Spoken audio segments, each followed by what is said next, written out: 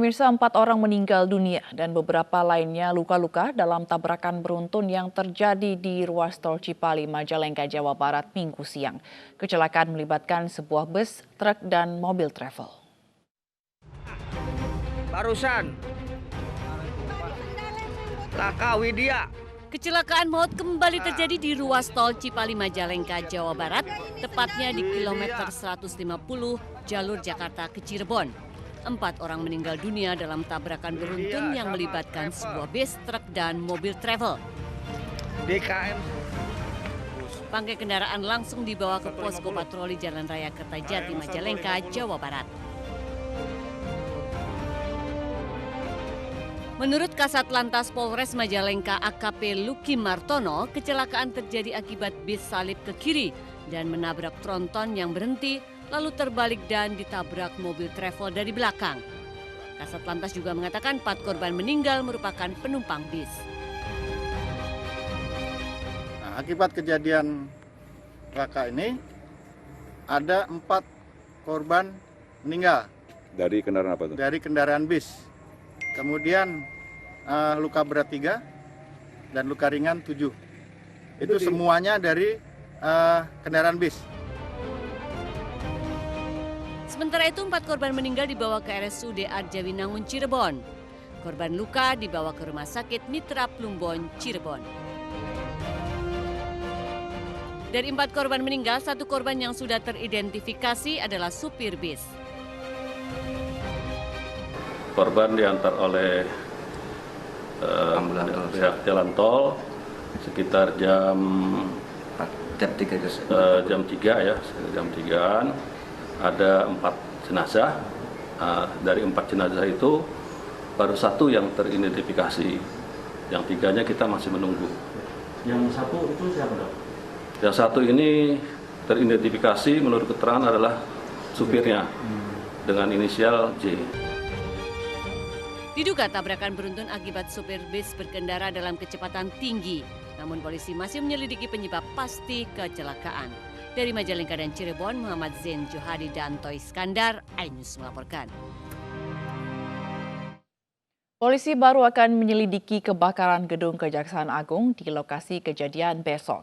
Sementara pihak Kejaksaan Agung memastikan seluruh berkas perkara umum dan khusus aman dari kebakaran.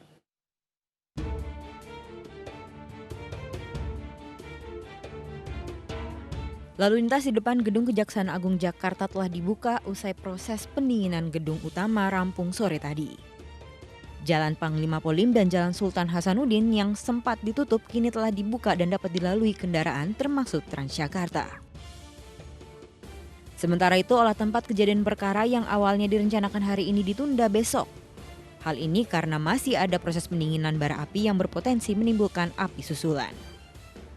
Polisi telah memeriksa 15 saksi atas kebakaran yang menghanguskan gedung utama Kejagung. Selain itu, rekaman kamera pengawas juga telah diamankan untuk menggali penyebab kebakaran.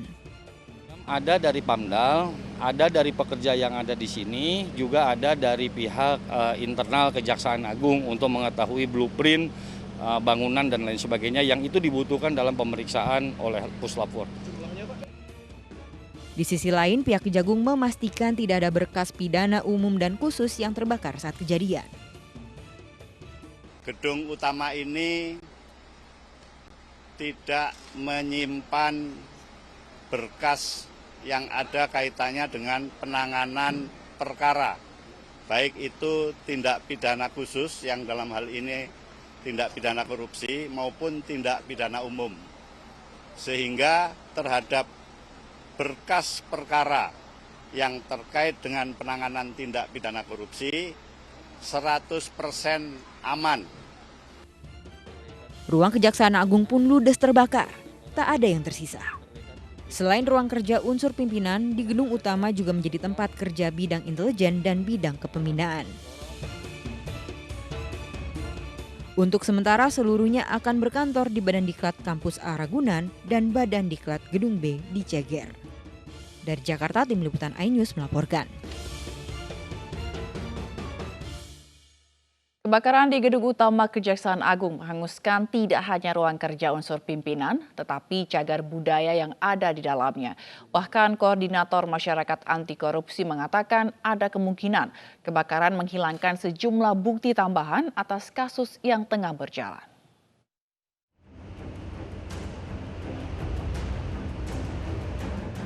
Gedung Kejaksaan Agung Republik Indonesia terbakar pada Sabtu malam pukul 7:10 waktu Indonesia Barat.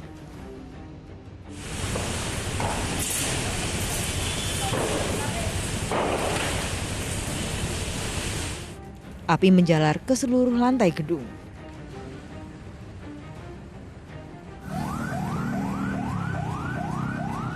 Puluhan mobil pemadam kebakaran dikerahkan, bahkan sejumlah pejabat datang ke lokasi dari Kapolda Metro Jaya, Gubernur dan Wakil Gubernur DKI Jakarta, hingga Jaksa Agung.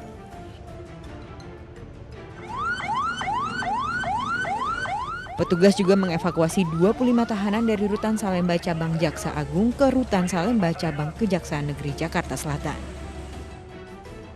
Selain itu, jalan di sekitar Kejagung pun ditutup untuk mempermudah proses pemadaman hingga pendinginan. Kebakaran gedung utama ini pun mendapat sorotan karena sejumlah perkara tengah berjalan seperti kasus Jaksa Pinangki dan Joko Chandra. Koordinator Masyarakat Anti Korupsi mengatakan Jaksa Pinangki pernah berkantor di lantai 3 gedung yang terbakar. Hal ini akan mempengaruhi bukti tambahan dari ruang kerjanya. Jadi yang terbakar itu relatif hanya bersifat administrasi.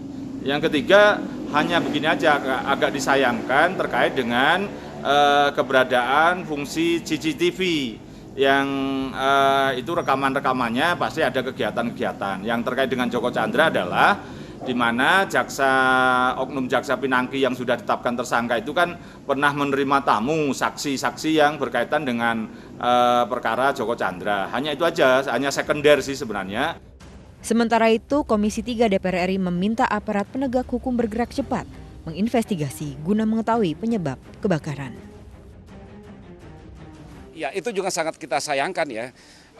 Kantor kejaksaan ya sebagai objek vital ya seharusnya dilengkapi dengan security ya dalam hal-hal seperti itu ya. Sehingga tidak harus menunggu mobil pemadam kebakaran yang memang juga agak sedikit lama baru tiba, sehingga api begitu cepat menjalar ya dari lantai ke lantai dan sebagainya. Nah, saya kira ini menjadi perhatian kita juga ya.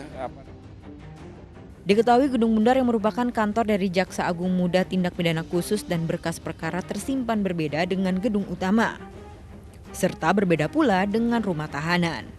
Jarak antara gedung utama dengan gedung Bundar kurang lebih 300 meter. Sementara jarak rumah tahanan cabang Salemba sekitar 200 meter dari gedung utama. Sehingga Kejagung memastikan seluruh berkas perkara baik umum dan khusus aman dan telah tersimpan dalam bentuk digital. Sementara itu, gedung utama Kejagung masuk dalam cagar budaya, sehingga renovasinya akan berkoordinasi dengan pemerintah daerah. Tim Liputan iNews melaporkan. Arus balik di Simpang Gadok, Kabupaten Bogor, Jawa Barat malam ini terpantau lancar di kedua arah. Arus lalu lintas kembali normal setelah sebelumnya dilakukan sistem satu arah guna mengantisipasi lonjakan arus balik. Puncak arus balik libur panjang Tahun Baru Islam terjadi hari ini. Kondisi lalu lintas ramai lancar. Lalu lintas di Simpang Gadok cenderung lancar dan kondusif. Sistem one way atau satu arah kendaraan dari kawasan Puncak menuju Jakarta dilakukan sejak pukul 12.30 waktu Indonesia Barat selama 4 jam. Namun petugas mengimbau warga tetap waspada di titik keramaian seperti tempat peristirahatan dan kawasan pasar.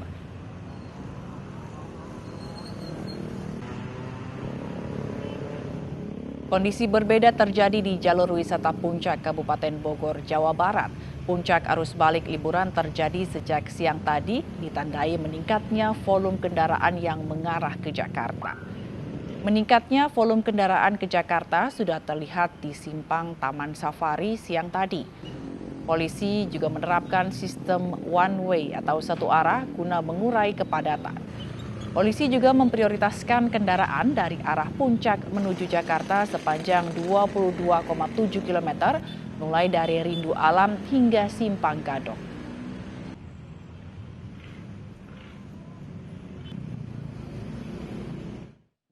Warner Bros. Merilis trailer perdana Justice League The Snyder Cut.